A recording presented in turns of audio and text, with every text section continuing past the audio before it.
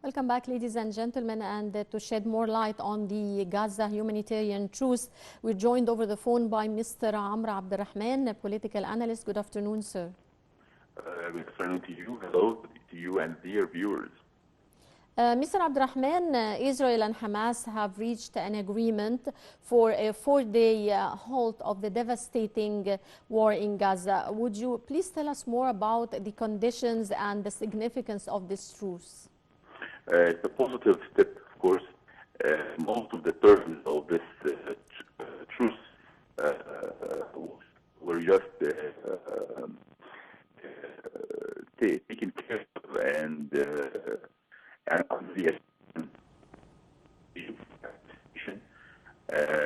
others in Gulf and other powers around the world. But of course, Egypt was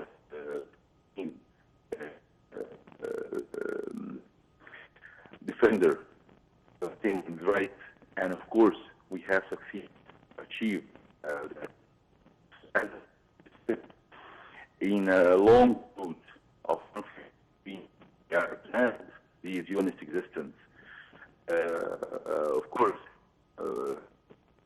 the Arab resistance in the occupied land has beneficiated most of the terms in favor of resistance by land.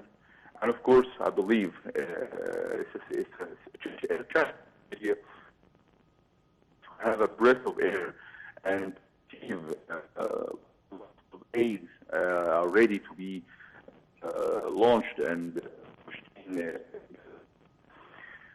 It's a step, positive step.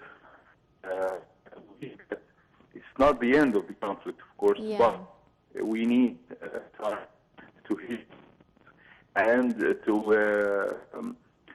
evaluate the good things and the important points in this.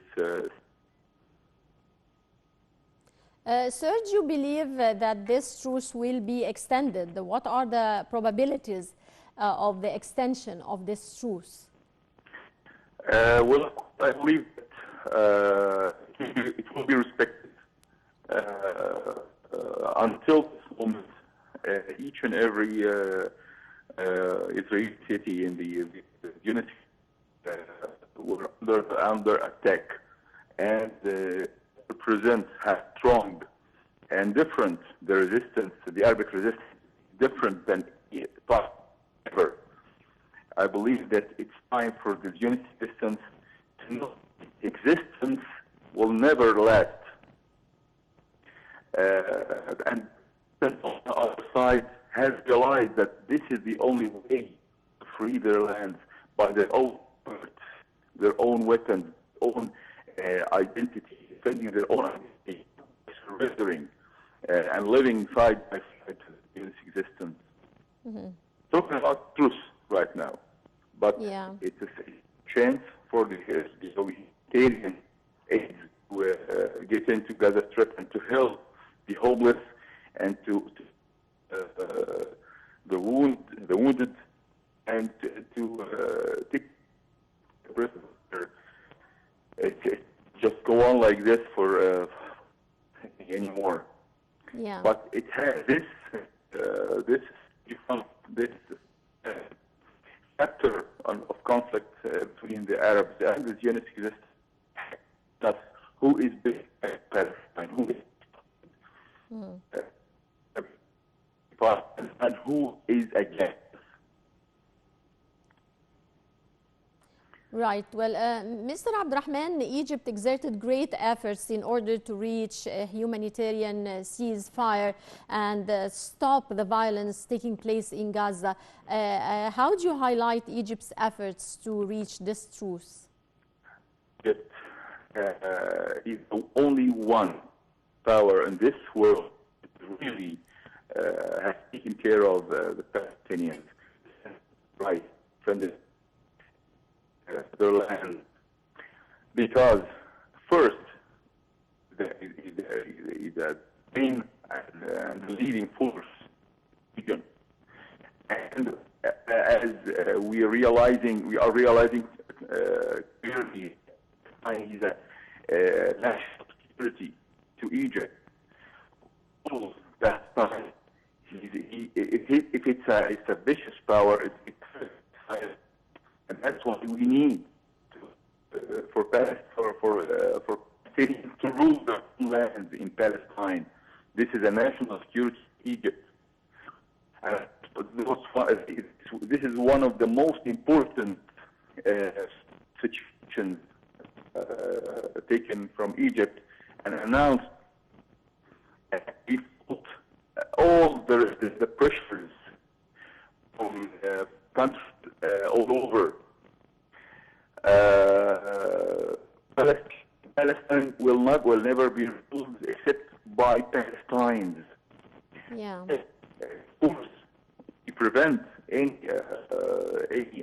scheme, any agenda to displace the Palestinians from their own lands to Sinai or to Jordan. Of course, this is the whole world behind that Egypt again has proven.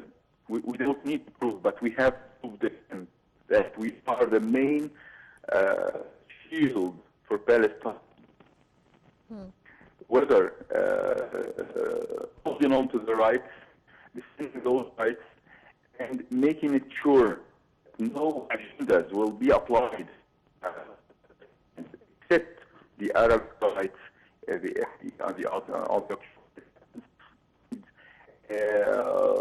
for the moment, for this period of time, in the two solution. This is the only way to stop for a longer truce. We have now a tactical truce. We need a strategic truce based on terms that Egypt has defended and announced to the whole world. No liquidating to the Palestinian cause or case, into the Palestinian case, and no displacement to the Palestinians in Sinai, and preserving the in their own land since thousands of years. This Arab more than 9,000 years. More than 9,000 years. This is an Arabic land. It's called the Sham land. Sham means Sam, the son of Noah, the prophet, may be upon him. This is an Arabic land for thousands and thousands of years. The Israelis were just a period of time, more than some hundreds of years too late. They came as visitors. Yes. But this is an Arabic land since thousands and thousands of years. And Egypt is the main leader of this Arabic nation and the African nation for the same history. Yes. Since thousands of years. Yes, Sir, President Abdel Fattah el-Sisi delivered a speech at the extraordinary BRICS summit that took place on Tuesday, where he talked or mentioned the Egyptian efforts to alleviate the suffering of the Palestinian people. How do you assess the efforts exerted by Egypt with regards to the Palestinian cause since the beginning of the conflict? Very important step. The BRICS treaty is a very important and strategic, our own future economically, politically, and of course, in our relations with friendly nations like Russia, like China, like other countries who really share most. We can see most of our point of views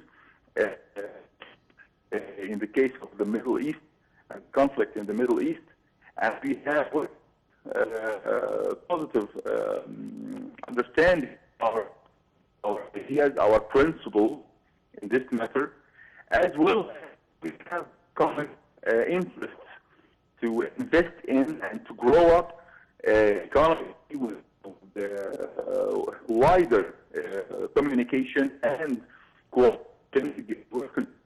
And of course, we expect more investments from the project that is growing side by side with the BRICS, which is the Silk Road.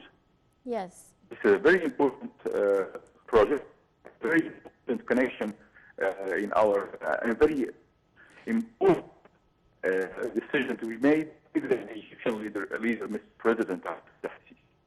Right. Well, I would like to thank you very much, Mr. Abdel Rahman, political analyst. Many thanks for your insight. And dear viewers, now we go to a short break and we'll be